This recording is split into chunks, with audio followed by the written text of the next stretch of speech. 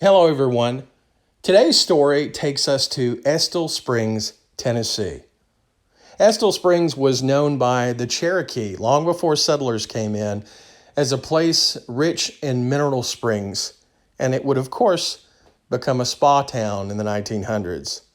Before that, it was given its name Estill Springs by the family of Frank Estell, who also provided land for a railroad to come through. During the Civil War, it was a Confederate training camp, Camp Harris, named after the governor of Tennessee. And at times during the war, Confederate troops would retreat through Estill Springs back to Confederate headquarters in Tullahoma, Tennessee. Today, Estill Springs is a quaint town. It's a friendly town. I can tell you that every person that we came across here was outgoing and proud of their town. But there was a time when the town had it very rough. During Reconstruction after the Civil War, even into the early 1900s, the town was extremely poor. But one thing the town was rich in was its history and its religion. You could find more churches in Estill Springs than you could businesses. And that's almost still true to this very day. Estill Springs is also a picturesque river getaway. They like to have fun here. They like to enjoy their family and friends. But I want to hearken back to another time today. A time that Estill Springs probably doesn't want to think about, and that's understandable. Not that they shy away from it, not that they omit it. You can read about this history every day. But clearly, it's a story that is so hard to tell. It's a story that's been hard for me to tell, but I'm going to try to today. In today's story, what happens when a town loses their humanity? What happens when a person is murdered in a gruesome way, almost beyond belief? Today's story is the death of Jim McElherron. We're here at a local park in Estill Springs. And this weekend, like most others, it's time to get the boat out, time to go fishing, hiking, and enjoying nature. The town of Estill Springs today is very different from the unincorporated town that existed in 1918. The population is vastly different. A little over 2,000 residents call Estill Springs home now versus around 200 in 1918. But there are some similarities. In 1918, they were dealing with their own pandemic across the United States and the world, the Spanish flu. The demographics are virtually the same, about 98% white, 2% African American. Even the business district that was described at the time as being completely on one side of the street is virtually the same today as it was back in 1918. Outside of the homes and businesses that were situated along the local rail yard, the town, as it were, of Estill Springs was primarily a farming community, and crops had not been good for some time. This added to the poor relationships typically that whites and African Americans experienced during this time. These were at the height of the Jim Crow laws that had come in. They didn't take too kindly to the McIlherrons, who owned their own land, who were known as being prideful. They would not take being talked down to. They would give it right back. And Jim McElherron, for example, was known to be a fighter, was known to carry a gun. Jim lived with his family in Estill Springs and for a time had left and went up north, When he developed a case of rheumatoid arthritis, he came back to Estill Springs and became a sharecropper. And he made no friends in the town.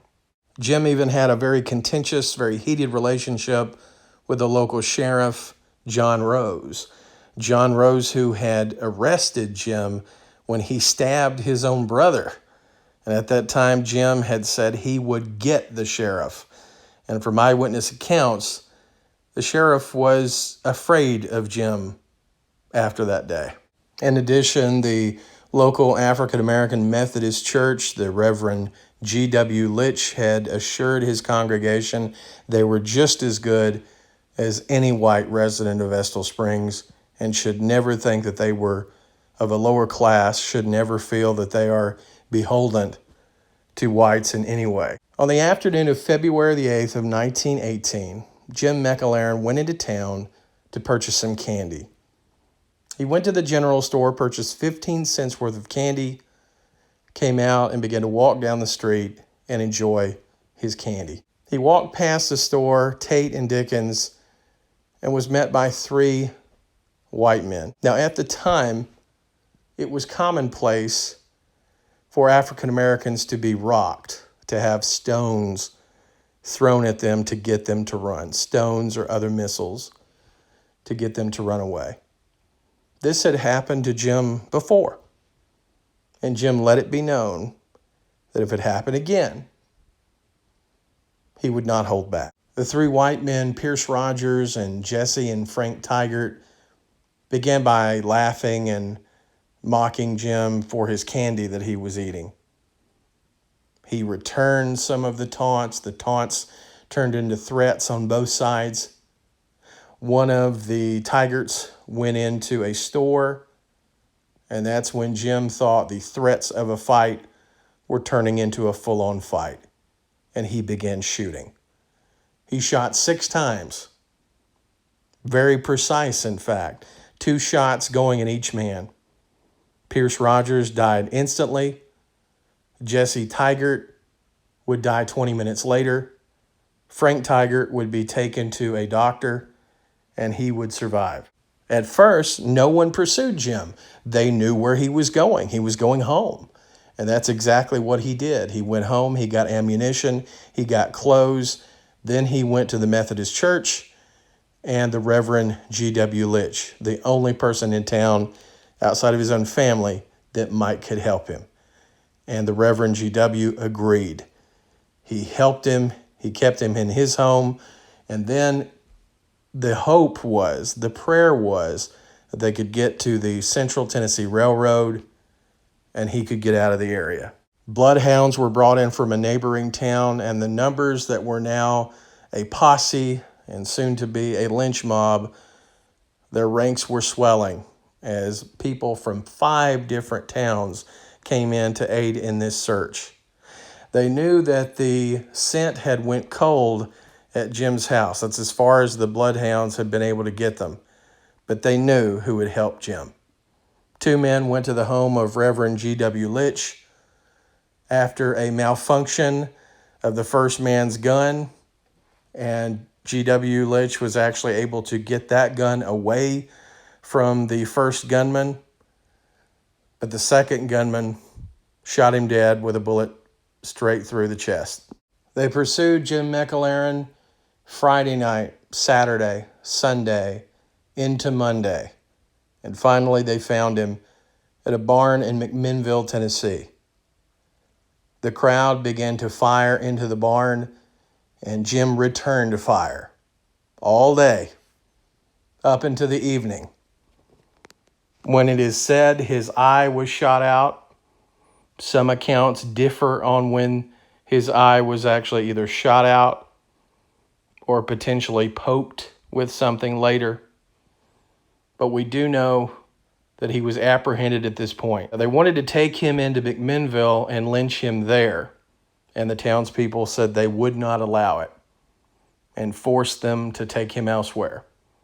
So they put him on the number 5 train back to Estill Springs, where he would arrive on Tuesday. Excitement was in the air. The mob in town had swelled its ranks to between 1,500 and 2,000 of what was a city of a mere 200. Jim McIlherron was so weak, he had been wounded 3 times in the exchange with the posse, he couldn't even stand. He was brought out and the decision was made that he would be lynched on the exact spot where he had killed the 2 white men. The crowd was yelling back and forth. The leaders were having a hard time keeping the crazed at bay.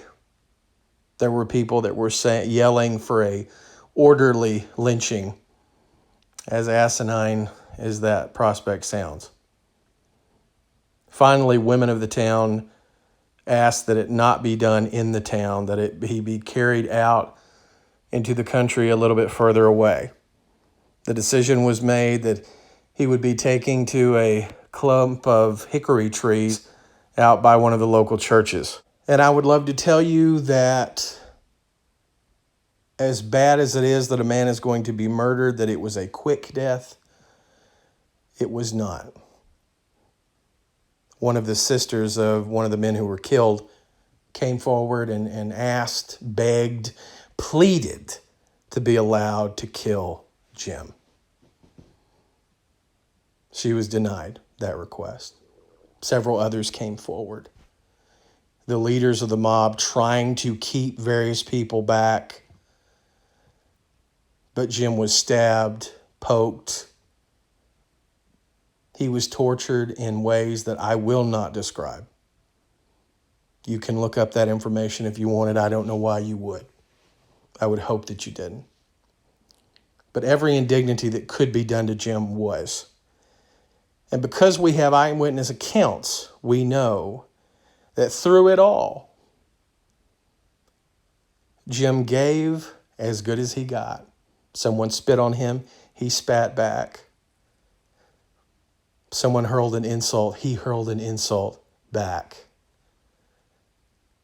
This was a man who lived his life with pride, and even facing death in the face, unimaginable torture and pain, he did not relent. He did not change what he believed himself to be, what he knew himself to be. Equal, and I'd say better than everybody there. In the end, after a lot of torture, he was finally set ablaze, burned at the stake, essentially, and died quickly thereafter. The reason we know anything about what happened is because of this man right here, Walter White. Walter White was an investigator for the NAACP, would later go on to be one of their perhaps finest leaders ever. And because of him being a biracial man, and he could pass, as he said in his own words, as white, it was very valuable to him in many investigations across the country. Estill Springs being no different. He was able to slip in, get eyewitness accounts, find out as much as he possibly could. Unfortunately, they were never able to know exactly what happened to the remains of Jim. He would go back and he would write in NAACP publications, and the story would be spread to publications across the country. I would love to say that justice was served. But as you can probably expect during this period of time in our country, it was not. Inconclusive evidence, even though there was a plea all the way to the president, nothing happened. No one was charged with this murder.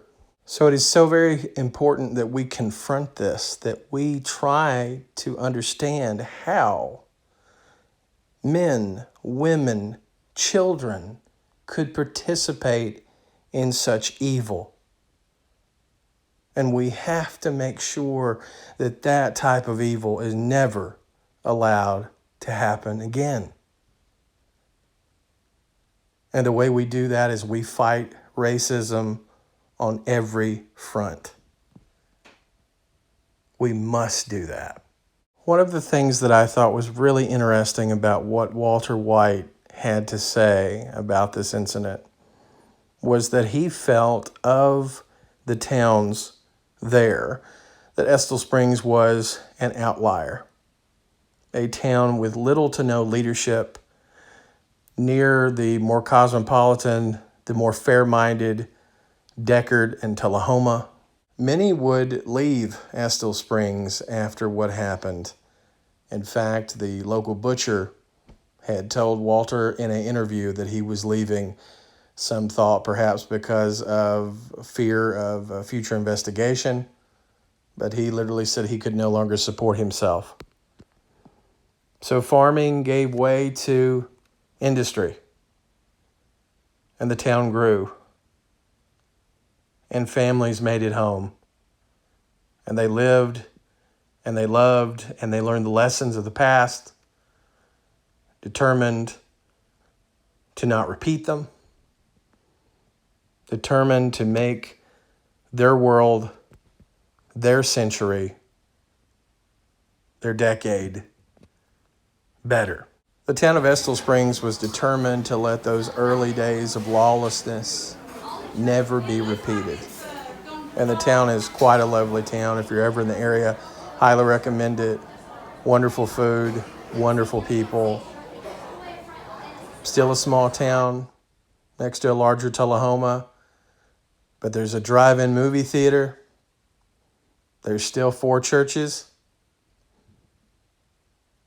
And it's a town that was determined to be better. And the last thing I can say on this is it's important that we remember how easily people can be whipped up into a frenzy. People can do things so against their character, so evil, so diabolical, that it's important that you, me, each of us stand up and say no. When something is wrong, be the person to stand up and say no. Thank you, everybody, and have a wonderful day.